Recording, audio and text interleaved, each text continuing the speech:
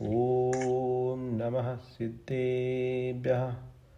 ॐ नमः सिद्धेभ्यः। ॐ नमः सिद्धेभ्यः।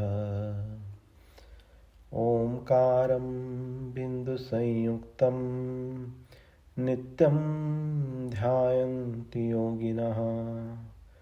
कामदं मोक्षदं चैव ओंकाराय नमो नमः।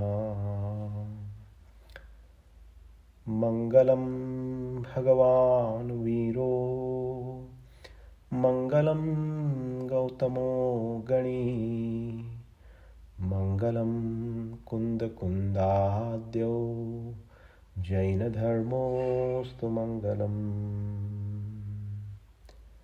अज्ञानतिमिरान्धानां ज्ञानाञ्जनशलाकयः चक्षुरुन्मीलितं येन तस्मै श्रीगुरुवे नमः।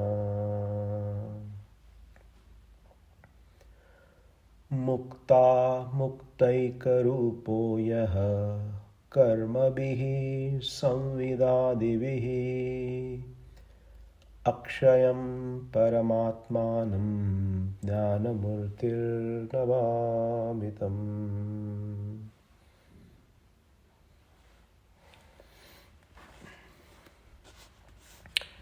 श्री स्वरूप संबोधन ग्रंथ का स्वाध्याय अपन यहाँ कर रहे हैं। उसके अंदर में श्लोक क्रमांक 17 और 18, 17 और 18, इन दो ग्रंथों का स्वाध्याय अपना पूर्व के सत्र में हुआ था, जिसके भीतर आचार्य देव ने समझाया था कि मोक्ष को पाने के उपाय की श्रृंखला में साधक को क्या करना योग्य है। तो श्लोक 17 में कहा कि जो कषाय रंजित अवस्था है, उस कषाय रंजित अवस्था के भीतर यथार्थ रूप से मोक्ष को दिलाने वाला ध्यान नहीं होता।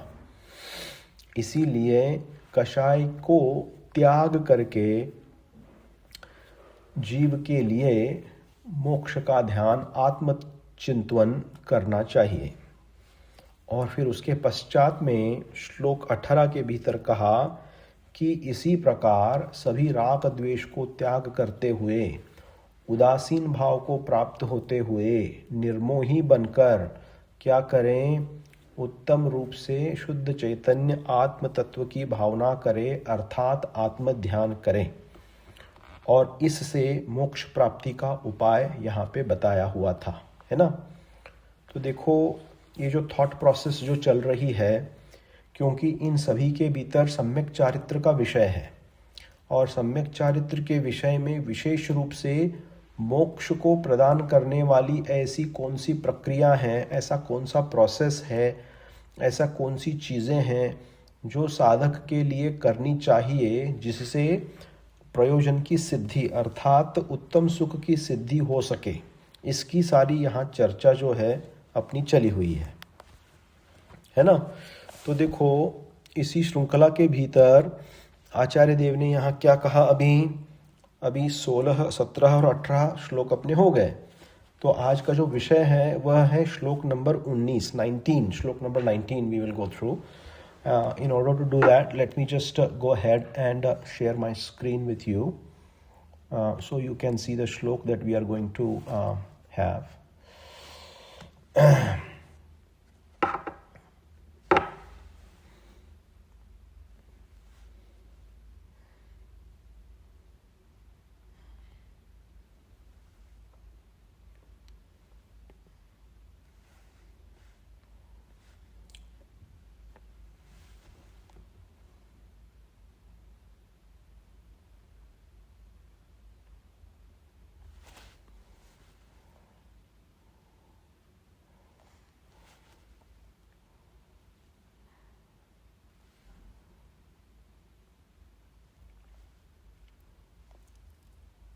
Okay, can you see the screen? Yes.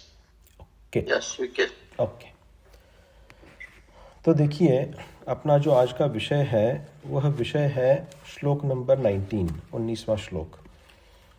तो इसके भीतर भी आचार्य देव सम्यक्त्व सहित यानी दर्शन ज्ञान चारित्र सहित जो मोक्ष सिद्धि का जो उपाय है, आत्म सिद्धि का उपाय है, उन्हीं की चर्चा यहाँ चल रही है। तो अब 17 और 18 के पश्चात 19 में देखो क्या कहते हैं कि इसी रूप में आत्म तत्व को पाने के लिए, मोक्ष को ग्रहण करने के लिए और क्या अनिवार्य है। मतलब पहले जो कहा था वह सब अनिवार्य है।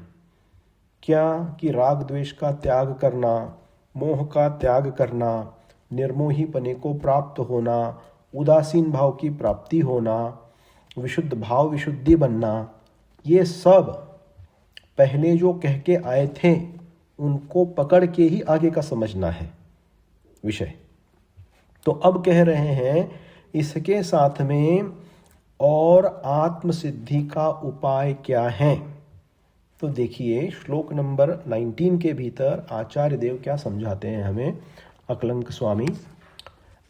हेयोपादेय तत्वस्य स्थितिं विज्ञाय हेयतः निरालंबो भवान्यस्मादुपेये सावलंबन।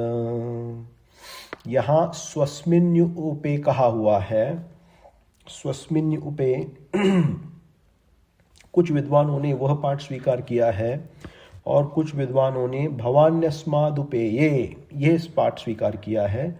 तो इसको अपन ग्रहण करके यहाँ चलते हैं।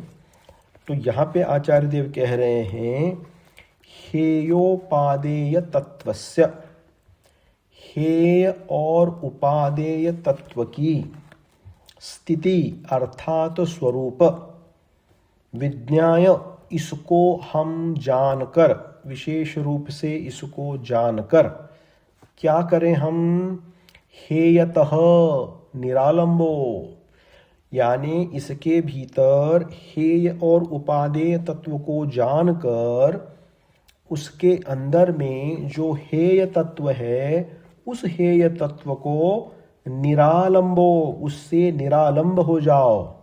आलंब यानी क्या, आश्रय ग्रहण करना। निरालंब यानी क्या, आश्रय ग्रहण नहीं करना। अर्थात क्या, छोड़ देना। अर्थात क्या, उससे रहित होना। तो क्या कह रहे हैं, हेय और उपादेय तत्वों को जानकर, उसके स्वरूप को पहचानकर, हेयता निरालंबो, जो उसमें हेय तत्व हैं उन हेय तत्वों का आश्रय साधक को छोड़ देना चाहिए। और क्या कह रहे हैं, और उसके साथ कह रहे हैं कि अन्यस्मात् हेयतः निरालंबः उपेये, उपेये जो उपादेय भूत तत्व हैं, जो उपादेय भूत अर्थात इसका अपन अर्थ समझेंगे सभी का, जो ग्रहण करने योग्य हैं, सावलंबनम स्वस्मिन अपनी स्वरूप के लिए क्या करो, आलंबन सहित उसका आश्रय लो, अर्थात उसको ग्रहण करो। निरालंब को छोड़ने की बात कर रहे हैं, सालंब यानी उसका अवलंबन लेना, अर्थात उसकी शरण में जाना, अर्थात उसका स्वीकार करना, अर्थात उसका ग्रहण करना। तो कुल मिला के क्या अर्थ हुआ इसका, कुल मिला के अर्थ यह अपने सामने आता है कि मोक्ष मार्ग में मोक्ष की प्राप्ति के लिए साधक को हेय और उपादेय तत्वों का ज्ञान, श्रद्धान और आचरण अनिवार्य है। इसके बिना मोक्ष की स्थिति किसी साधक को नहीं बन सकती। और ऐसा विज्ञाय इस रूप से हेय उपादेय को जान करके क्या करो, उपादेय का स्वीकार करो। सावलंबनम उपेय, जो उपादेय हैं उसका स्वीकार करें और जो हेय है उसका त्याग करें। यही तत्व चिंतन, यही तत्व की धारा हमें जो बार बार जो है सभी अध्यात्म ग्रंथों के भीतर प्राप्त होती है। है ना। तो इसी विषय को लेकर अपन थोड़ा आज इसको चर्चा का विषय अपन बनाते हैं। तो देखिए यहाँ कह रहे हैं हेय और उपादेय तत्वों को जानकर, है ना। तो अभी प्रश्न क्या है कि हेय और उपादेय किसे कहा हुआ है। प्रश्न ये आता है, हेय का अर्थ क्या है और उपादेय का अर्थ क्या है। कई लोगों ने इसका अर्थ सुना होगा, जाना होगा, कई लोगों ने पहली बार सुन रहे होंगे। तो जो पहली बार सुन रहे हैं उनके लिए है, उपादेय का अर्थ होता है जो अपने कल्याण के लिए, जो कल्याण के लिए योग्य हैं, जो अच्छा है, जो कल्याणकारी है, उसका ग्रहण करना, स्वीकार करना, तो उसको कहते हैं उपादेय, है ना। यानी अपने लिए कोई अच्छी चीज है, अच्छा तत्व है, तत्व दृष्टिकोण से देखा जाए तो अपने लिए ग्रहण करने क्या योग्य हैं, तो वही है जिससे अपना उपकार हो जाए, जिससे अपना कल्याण हो जाए, तो उसको यहाँ कहा उपादेय तत्व। और फिर हेय तत्व क्या है। हेय तत्व वो हैं जिससे अपने प्रयोजन की सिद्धि नहीं होती है, प्रयोजन की सिद्धि में बाधा उत्पन्न होती है, इसीलिए इनका परहेज करना, इनका त्याग करना, इनका आश्रय नहीं लेना, इसी को कहा हेय तत्व। तो ये दोनों ही मोक्ष मार्ग के भीतर बहुत ही महत्वपूर्ण भूमिका बजाते हैं। हेय क्या है और अहेय अर्थात उपादेय क्या है ना।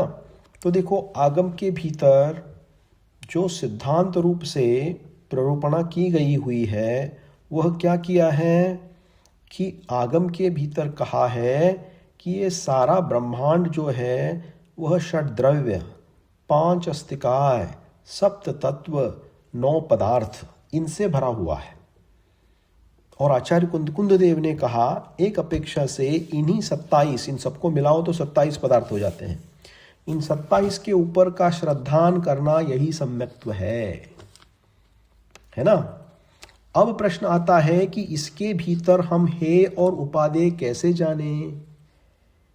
तो देखो सप्त तत्व जो हैं, हेय और उपादेय तत्वों की बात मुख्य रूप से आगम में सप्त तत्वों को लेकर दर्शाई हुई है। सप्त तत्व क्या हैं, तो कहा जीवा जीवाश्रव बंध संवर निर्जरा मोक्षास तत्वम। तत्वार्थ सूत्र पहला अध्याय, है ना।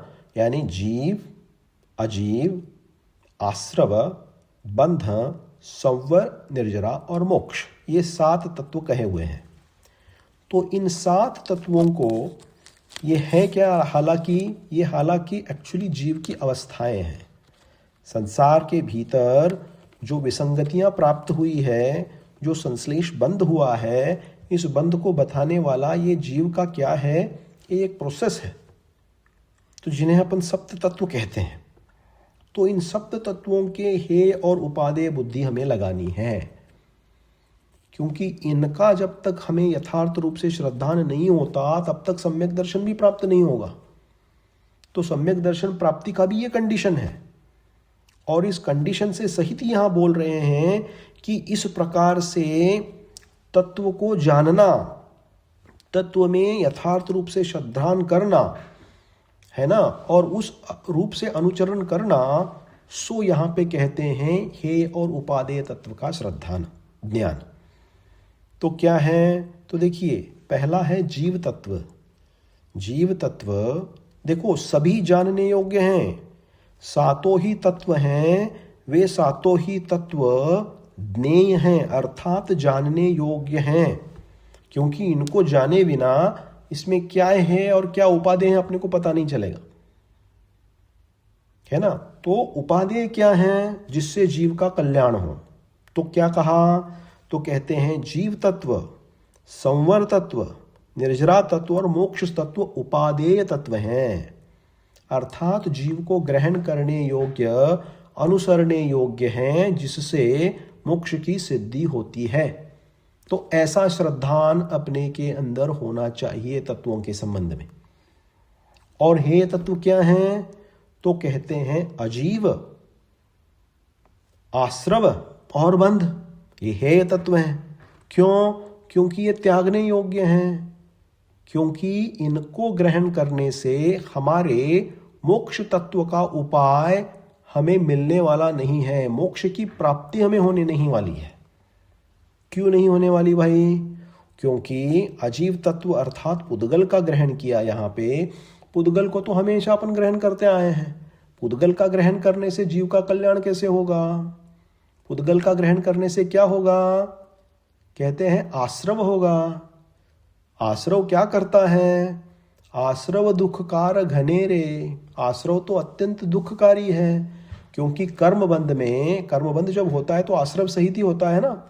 भावाश्रव, भावाश्रव से द्रव्याश्रव, और भाव द्रव्याश्रव से बंध। तो बंध जो है वह कर्मबंध है। तो कर्मबंध का द्वार कौन खोलता है? तो आश्रव तत्व खोलता है। तो जीव के लिए आश्रव और बंध हे हो गए के उपादेय हो गए, हे हो गए, क्योंकि इनको ग्रहण करने से जीव का संसार ही बढ़ेगा। संसार से छूटने का उपाय कभी भी प्राप्त नहीं होगा। और उपादेय तत्व को, उपादेय तत्व ऐसा है जो हेय तत्वों से छुड़ा के उपादेय की श्रद्धा बनाकर मोक्ष में अपने को लगाता है। वह क्या है? जीव है। फिर आश्रव का विरुद्ध तत्व है संवर, संवर जिससे कर्मबंध रुकते हैं। और बंध का विरुद्ध तत्व है निर्जरा, जो कर्मबद्ध हुए हैं उनकी एक देश निर्जरा करना। और मोक्ष तत्व यानी मोक्ष की प्राप्ति कराने वाला। तो ये जो चार तत्व हैं यह अपने लिए उपादेय भूत हैं, स्वीकरणीय हैं, आश्रय करने योग्य हैं। और बाकी के जो तीन तत्व हैं वह हेय भूत हैं, है ना। तो देखो, आगम के भीतर जो सच्चा ज्ञान है वह विवेक पूर्ण होता है। विवेक पूर्ण मतलब क्या? विवेक एक ऐसा बहुत बड़ा शब्द आगम के भीतर बार बार उपयोग किया हुआ है ना। तो विवेक का अर्थ मात्र इतना नहीं है सच्चा क्या है, बुरा क्या है, गलत क्या है, सही क्या है, पाप क्या है, पुण्य क्या है, मात्र इतना ही जानना विवेक का काम नहीं है भाई। विवेक का सबसे बड़ा लक्षण आगम के भीतर प्रस्तुत किया हुआ है, हेय और उपादेय तत्व का ज्ञान होना सो विवेक है। बहुत बड़ी बात है। किसी के पास आगम के अनुसार अगर हम कहें कि ये विवेकी जीव हैं, और विवेकी जीव वही होते हैं जो सही में ज्ञानवान होते हैं।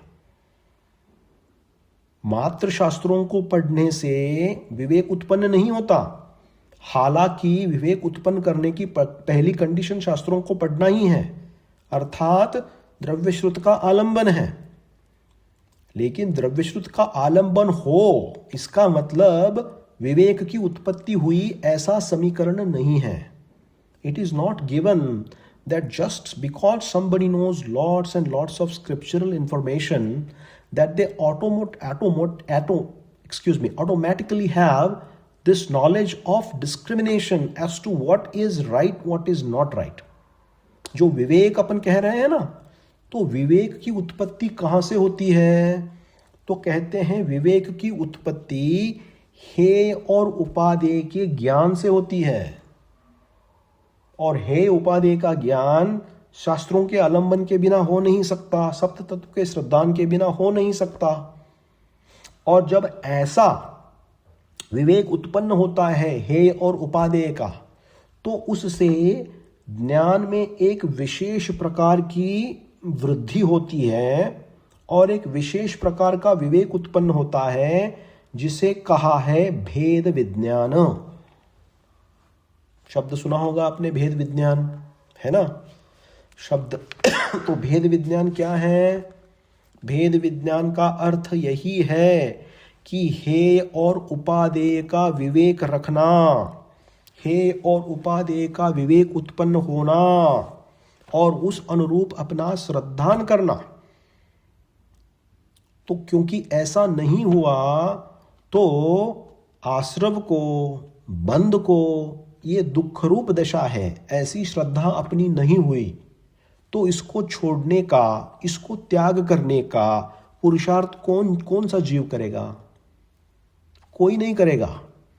इसीलिए इनके स्वरूप को पहचान के हेय को हेय रूप श्रद्धान, उपादेय को उपादेय रूप श्रद्धान। देखो, श्रद्धान दोनों का होना चाहिए। ऐसा नहीं यहाँ आचार्य कह रहे हैं या फिर अन्य ग्रंथ कह रहे हैं कि श्रद्धान सिर्फ उपादेय तत्व का करो।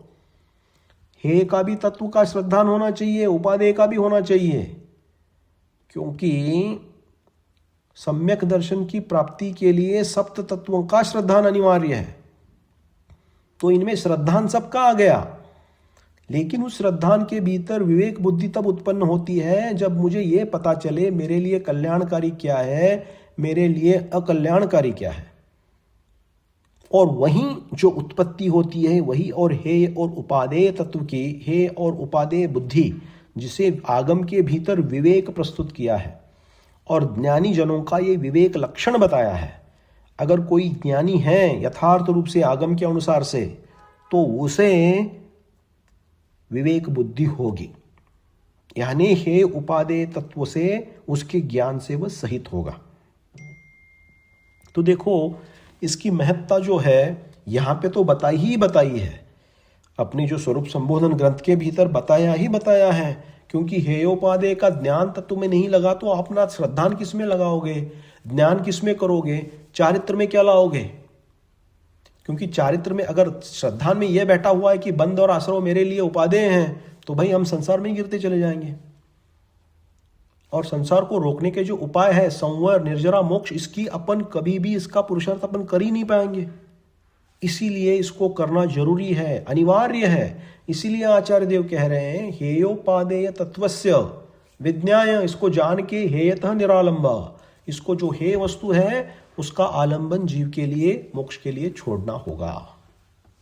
अब अपन चलते हैं आचार्य कुंद देव की शरण में, है ना। अष्टपाहुड़ ग्रंथ जी के भीतर आचार्य कुंद देव जो दर्शन पाहुड़ ग्रंथ है, दर्शन पाहुड़ के भीतर सम्यक दर्शन की महिमा बताते हैं, है ना। और सम्यक दर्शन की महिमा को बताने वाला एक सूत्र उन्होंने लिखा है, समत्तादो नाणम नाणादो सौभाव उवलद्धि उवलद्धे पयत्ते पुनः सेया सेयम वियाणेदी। बहुत बड़ी बात कहे इसमें। आचार्य कुंद देव कहते हैं कि सम्यक्त से ज्ञान प्राप्त होता है, समत्तादो नाणम, यानी सम्यक दर्शन से सम्यक ज्ञान प्राप्त होता है। और ऐसा ज्ञान प्राप्त होने पर क्या होता है? नाणादो सौभाव उवलद्धि, इस ऐसे सम्यक ज्ञान को प्राप्त करने से नाना प्रकार के पदार्थों का विशेष ज्ञान होता है। आगम के आलोक में जो सिद्धांतिक रूप प्ररूपणाएं करके वस्तुओं का जो स्वरूप दर्शाया हुआ है, उस स्वरूप का ज्ञान विशेष होता है। फिर उससे क्या होता है? उवलद्धे पयत्ते पुनः, इस प्रकार की उपलब्धि को प्राप्त जीव क्या करता है? हेया हेयम वियाणेदि, सेया सेयम वियाणेदि, जो श्रेय है अश्रेय है, मतलब जो हेय है और जो उपादेय है, उसका वह अवलंबन अर्थात उसको स्वीकार करता है। तो आप सोचिए, सम्यक दर्शन से उत्पन्न हुआ सम्यक ज्ञान, और सम्यक ज्ञान उत्पन्न होने से सम्यक ज्ञान का क्या फल है? बहुत बड़ी बात कह दी आचार्य कुंद भगवान ने। सम्यक ज्ञान का फल यही है कि जीव के भीतर वह विवेक बुद्धि उत्पन्न करता है। कितना बड़ा उपकार है सम्यक ज्ञान का हमारे ऊपर। सम्यक ज्ञान से विवेक बुद्धि होती है, और यह सम्यक ज्ञान से विवेक बुद्धि कहां से आती है? हेय और उपादेय रूप के ज्ञान से आती है। और ऐसा होने से वह जीव आज तक अपने अज्ञान भाव में जो पड़ा हुआ था, और अज्ञान भाव से जो अपने लिए कल्याणकारी मान रहा था, तो उसकी आंखें मूंदी हुई थी, वो मोह की नींद सोया हुआ था, अभी जग के उसको पता चल रहा है कि ना ना, वस्तु स्वरूप तो कुछ और ही है, भिन्न ही है। मैंने जिसको सुख का कारण माना था वह यथार्थ में सुख का कारण न होते हुए वह तो दुख का कारण है। और जो सुख का कारण है वह सुख का कारण तो मैंने उसको सुख रूप से कभी जाना ही नहीं, इसीलिए उसको मैंने देखा नहीं, सोचा नहीं, समझा नहीं, उसको हे मान लिया। तो देखो, ये बहुत बड़ी उपलब्धि है सम्यक ज्ञान की, कि अपने में जीव के भीतर वह विशेष विवेक बुद्धि को उत्पन्न कराता है, और यही विशेष विवेक बुद्धि को उत्पन्न करा के हे और उपादेय का ज्ञान कराता है, जिससे भेद विज्ञान की प्रक्रिया इस जीव के भीतर बनी रहती है, और भेद विज्ञान के द्वारा ही वह आत्मा को पा सकता है। आत्मा को अनात्म रूप परिस्थिति से, अनात्म रूप अवस्था से, स्वरूप से भिन्न समझकर स्व आत्म तत्व का अवलंबन लेता है, जो भेद विज्ञान रूपी बुद्धि कराती है। और ये भेद विज्ञान रूपी बुद्धि के पीछे अगर कुछ काम कर रहा है तो विवेक काम कर रहा है, और वो विवेक इसीलिए उत्पन्न हुआ है कि वहां हे उपादेय का ज्ञान हुआ है, और हे उपादेय का ज्ञान इसीलिए हुआ है क्योंकि वहां सम्यक ज्ञान है, और सम्यक ज्ञान इसीलिए है क्योंकि वहां सम्यक दर्शन है। तो देखो, सबका बेस क्या है? सबका बेस सम्यक दर्शन है। दर्शन मूलो धम्मो, दर्शन धर्म का मूल दर्शन कहा हुआ है। तो इसीलिए ये सम्यक ज्ञान का फल जो है वह जीव पाता है, और इसी को आचार्य अकलंक स्वामी कह रहे हैं, अनिवार्य रूप से हेय और उपादेय बुद्धि का उत्पन्न होना, हेय और उपादेय तत्वों के भीतर अपनी बुद्धि को लगाना, और हेय का त्याग करना, उपादेय का स्वीकार करना, यही मोक्ष के लिए बहुत ही अनिवार्य चीज है, जो साधक के लिए करने योग्य है ना। तो देखिए, इस प्रकार से अपना यहाँ श्लोक नंबर 19 जो है वह समाप्त होता है। श्लोक 19, ठीक है। तो इस संबंध में कोई प्रश्नोत्तर होगा तो अपन बाद में करते हैं। पहले श्लोक नंबर 20, तो देखो थोड़ा यहाँ पे क्रम जो है ना इस पुस्तक के भीतर थोड़ा अलग हुआ है। 19-20 का श्लोक का क्रम जो है थोड़ा अलग अलग हुआ है। जो यहाँ पे 22 नंबर का श्लोक दिया है ना, वो एक्चुअली 20 नंबर का श्लोक है मूल ग्रंथ के भीतर, तो थोड़ा ऊपर नीचे हुआ है, डजंट मैटर। तो अपन क्या करते हैं, अभी श्लोक नंबर 20 की तरफ चलते हैं, है ना। 19 नंबर का भी श्लोक अपन ने सोचा देखा, है ना। अभी इसी के साथ में जब ऐसे विवेक बुद्धि की उत्पत्ति होती है, सब कुछ होता है, तो अब कह रहे हैं मोक्ष के उपाय सब जो अभी बताए हैं उसी के भीतर मोक्ष का उपाय और क्या कहते हैं यहाँ पे, शिव आप्नुहि, शिव अर्थात मोक्ष, प्राप्नुहि कैसे प्राप्त करो, कैसे प्राप्त हो, मोक्ष की प्राप्ति साधक के लिए कैसे हो। तो देखिए श्लोक नंबर 20, यहाँ 22 दिया हुआ है, अपन 20 को 20 पकड़ते हैं। श्लोक नंबर 20 के भीतर आचार्य देव यहाँ क्या कहते हैं, स्वः परंचेति वस्तुत्वं वस्तु रूपेण भावय, चिंतय आया है, भावय भी आया है शब्द। स्वं परंचेति वस्तुत्वं वस्तु रूपेण भावय, उपेक्षा। Can you move the screen? Yeah, move the screen, please. Yeah. It is moved. It's on 22. Can't see it? Sorry. Yeah, thank you. Okay. स्वपरच्चेति वस्तुत्वं वस्तु रूपेण भावय चिंतय, उपेक्षा भावनोत्कर्ष पर्यन्ते शिवमाप्नुहि। बहुत बड़ी बात कर रहे हैं इसके ऊपर भी, क्योंकि ये सारी उत्थानिकाएं और सारे श्लोक जो हैं वह ध्यान रूप अवस्था को प्राप्त जो योगी हैं उन योगियों को सामने रखकर मुख्य रूप से रखी गई हैं, लिखी गई हैं, है ना। तो देखिए यहाँ मोक्ष प्राप्ति का अब उपाय और भी बताते हैं। क्या बताते हैं कि इस जीव के लिए मोक्ष की प्राप्ति किससे होगी, मोक्ष की प्राप्ति किससे होगी। तो यहां आचार्य देव कह रहे हैं मोक्ष की प्राप्ति का उपाय जो कहा हुआ है वह क्या है, तो कहते हैं स्वपरंचेतु वस्तुत्वम, स्व यानी अपनी स्व आत्म तत्व, परंचेति तथा अन्य परवस्तु यानी अनात्म रूप परवस्तु, इनको क्या कहते हैं, वस्तु रूपेण चिंतयः भावयः, अर्थात उनका जो स्वभाव आगम के भीतर आया हुआ है उनको लेकर उसका चिंतन अर्थात भावना अर्थात मनन कर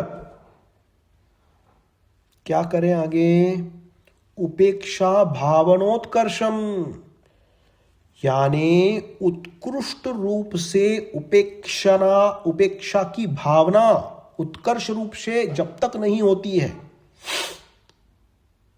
या फिर ऐसा कहो कि इस प्रकार की उपेक्षा रूप भावना उत्कृष्ट रूप से जहां पहुंचती है वहीं शिव प्राप्त हूं, यानी मोक्ष की वहीं प्राप्ति होती है। थोड़ा श्लोक कठिन हो सकता है समझने के लिए, क्योंकि ऐसे कई शब्दों का यहाँ उपयोग किया हुआ है जो शब्दों का अर्थ जो है वह क्या व्यवस्थित अर्थ लेना है अपने को समझना पड़ेगा। मोक्ष की प्राप्ति के लिए आचार्य देव कह रहे हैं यहाँ कि अपने आत्म स्वरूप का चिंतन तथा अनात्म स्वरूप का चिंतन, आत्मा से भिन्न जो पर वस्तुएं हैं उनको अनात्मा कहा हुआ है। इस अनात्मा के भीतर चेतन परद्रव्य और अचेतन परद्रव्य दोनों ही आ गए। इस अनात्मा के चेतन अचेतन परद्रव्य दोनों ही आ गए, तो इसके भीतर कह रहे हैं कि अपना आत्म स्वरूप तथा परद्रव्य का स्वरूप, इनको वस्तु स्वभाव से अर्थात आगम के भीतर जिनेंद्र देव के द्वारा उपदिष्ट जो वस्तु स्वरूप है उस वस्तु स्वरूप का विचार करके, चिंतन करके, मनन करके, भावना करके, उसके ऊपर दृढ़ रूप श्रद्धान करते हुए क्या करो, उपेक्षा भाव को प्राप्त हो जाओ। उपेक्षा भाव का अर्थ क्या है? उपेक्षा का अर्थ ये नहीं है कि नेग्लिजेंस, उपेक्षा का ये अर्थ नहीं है इंडिग्नेंट, उपेक्षा का ये अर्थ नहीं है इनडिफरेंस। हालांकि ये भी अर्थ घटित होते हैं, लेकिन वो अर्थ यहां लेना नहीं है। उपेक्षा का अर्थ इनडिफरेंस नहीं है, उपेक्षा का अर्थ इंडिग्नेंट नहीं है। तो उपेक्षा का अर्थ क्या है? उपेक्षा का अर्थ यहां है कि निर्विकार परम शुद्ध आत्म तत्व में राग और द्वेष से रहित हो जाना, अर्थात समता भाव को प्राप्त होना ही दूसरा नाम उपेक्षा है। समता भाव को भी उपेक्षा कहा हुआ है आचार्यों ने। तो इस उपेक्षा में राग द्वेष नहीं है, ध्यान रखना, क्योंकि यह माध्यस्थ रूप समता रूप परिणाम है। उपेक्षा और कैसी होनी चाहिए? भावनोत्कर्षम, उत्कृष्ट रूप से, मतलब चरम सीमा, अर्थात क्या? Until the last best excellent quality that you have. जो समता भाव की जो चरम सीमा है, the complete total limit of what is considered as samta, until you get there you cannot have moksha, or said in other ways, once you get there you will get to moksha। मतलब क्या कह रहे हैं यहाँ पे ये कह रहे हैं कि साधक को ध्यानावस्था रूप को प्राप्त होकर परम समता भाव को प्राप्त होना चाहिए। परम समता भाव को प्राप्त होने से ही मोक्ष की प्राप्ति होगी। उसी का दूसरा नाम है यहाँ उपेक्षा भाव, उपेक्षा भावना, अर्थात समता रूप माध्यस्थ रूप परिणाम, जिसका दूसरा नाम है परम चारित्र भाव। समता को चारित्र कैसे कह रहे हैं आप? कोई पूछ सकता है, हमने कहाँ पढ़ा है भाई समता को चारित्र कहा हुआ है?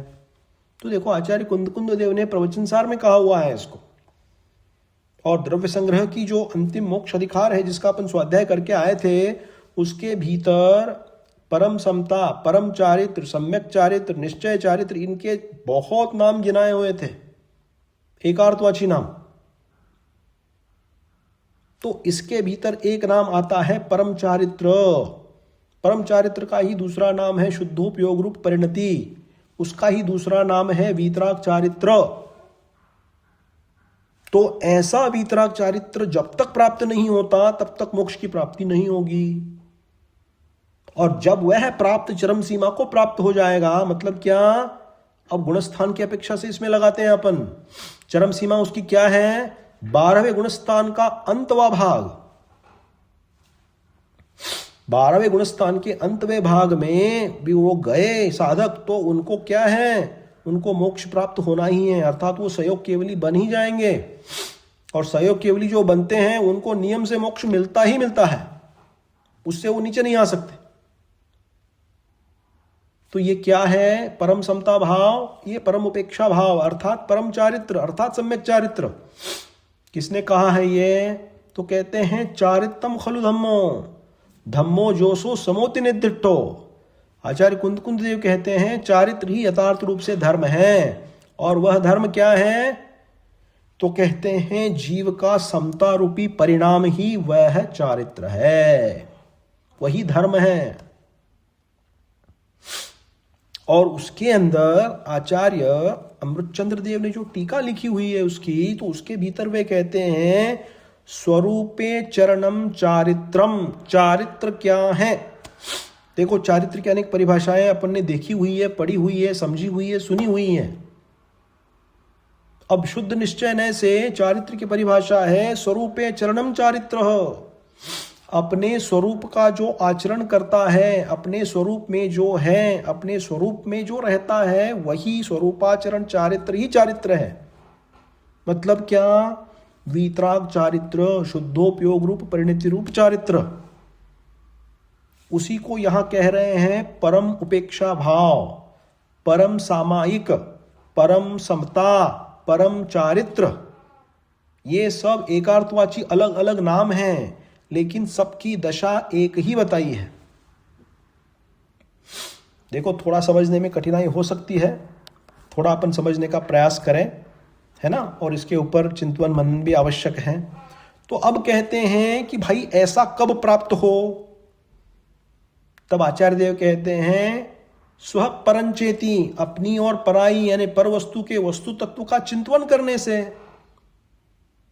अर्थात यथार्थ को यथार्थ ग्रहण करना और अयथार्थ का त्याग करना, तत्व रूप में तत्व रूप श्रद्धान करना, अतत्व रूप में अतत्व रूप श्रद्धान करना। तो इसका अर्थ क्या हुआ? इसको हम कैसे समझें? तो देखिए 3 चीजें हैं, है ना। आगम के भीतर इसको जो कहा हुआ है, उन 3 चीजों से इसको अपन जान सकते हैं, समझ सकते हैं। क्या है वे 3 चीजें? तो कहते हैं आत्म स्वरूप और अनात्म स्वरूप का वस्तु रूपेण से भावना करना, चिंतन करना। मतलब क्या करना? तो सबसे पहले यथार्थ रूप से श्रद्धान ज्ञान आचरण क्या करना? 3 चीजों का। आत्मा परद्रव्य से भिन्न है, आत्मा परद्रव्य से भिन्न था, है और रहेगा। अर्थात त्रिकाली न्यायक आत्मा का यथार्थ स्वरूप क्या है? परद्रव्य से भिन्नपना। यह पहला लक्षण हुआ। फिर शुद्ध चैतन्य तत्व आत्मा पर भावों से भिन्न है। पहले क्या कहा था? आत्मा परद्रव्य से भिन्न है। अब कह रहे हैं आत्मा पर भावों से भिन्न है। आत्मा पर भावों से भिन्नता है और रहेगा। और तीसरी चीज, आत्मा नो कर्म से भिन्न था, है, रहेगा। 3 चीजें। आत्मा परद्रव्य से भिन्न है, आत्मा पर भावों से भिन्न है, और आत्मा नो कर्मों से भिन्न है। इस जाति का वस्तु रूप से यथार्थ चिंतन, यथार्थ श्रद्धान, यथार्थ ध्यान, उसमें ध्यान रूप परिणति, मोह रोग क्षोभ का अभाव अर्थात राग द्वेष का चित्त का शांत हो जाना, यानी वीतराग चारित्र की जब ऐसे उत्कृष्ट ध्यान रूप अवस्था में जब मुनिराज बैठते हैं और अपने आत्म स्वरूप का चिंतन करते हैं, और ऐसा करके वे क्या करते हैं, गुणस्थान के ऊपर, गुणस्थानों के भीतर ऊपर ऊपर शुक्ल ध्यान से ऊपर चढ़ते हैं, और जब चरम सीमा पे प्राप्त हो जाते हैं, उपेक्षा भावनोत्कर्षम, उस उपेक्षा भावना अर्थात परम सामायिक चारित्र की उत्कर्ष चरम सीमा को जब वे प्राप्त हो जाते हैं, तो कहते हैं शिव प्राप्नुहि, तब उन्हें मोक्ष की प्राप्ति हो जाती है। मतलब क्या होता है इससे उनका संवर तो घटित हो ही गया। संवर के साथ जो है असंख्यात गुणी निर्जरा जो है वह होती है, गुण श्रेणी निर्जरा, और इस निर्जरा के प्रभाव से, इस सम्यक्त्व के प्रभाव से, स्वरूपाचरण चारित्र के प्रभाव से क्या होती है, असंख्यात गुण श्रेणी निर्जरा होती है। और ऐसा जब उत्कर्ष रूप से होने लगता है, एक स्टेज 12 के बाद ऐसी आती है कि वह समस्त मोहनीय का नाश करके, तीनों कर्मों का नाश करके वह क्या हो जाता है, स्वयोग केवली हो जाता है। 3 कर्म अर्थात कौन से, जो जीव के स्वभाव को घातते हैं, घातियां कर्म है ना। तो इस प्रकार से यह प्रक्रिया होती है। इसीलिए आचार्य देव कह रहे हैं परम उपेक्षा भाव, परम संयम भाव, परम वीतराग चारित्र भाव, परम सम्यक चारित्र भाव, ये है जब उत्कर्ष रूप से प्राप्त होगा इस जीव को ध्यानावस्था रूप में, तब वह मोक्ष को प्राप्त कर सकता है। बहुत ही सुंदर, गूढ़ और गंभीर अर्थ यहाँ पे अपने के लिए प्रस्तुत किया हुआ है आचार्य देव ने, जिसको अपन ने संक्षिप्त रूप से समझने का यहाँ प्रयास किया हुआ है। तो मोक्ष प्राप्ति के ही उपाय सब आचार्य देव यहाँ बता रहे हैं। तो उसी के अंदर परम सामायिक रूप की प्राप्ति भी अनिवार्य रूप से है, जो ध्यानावस्था रूप में घटित होती है साधक को, है ना।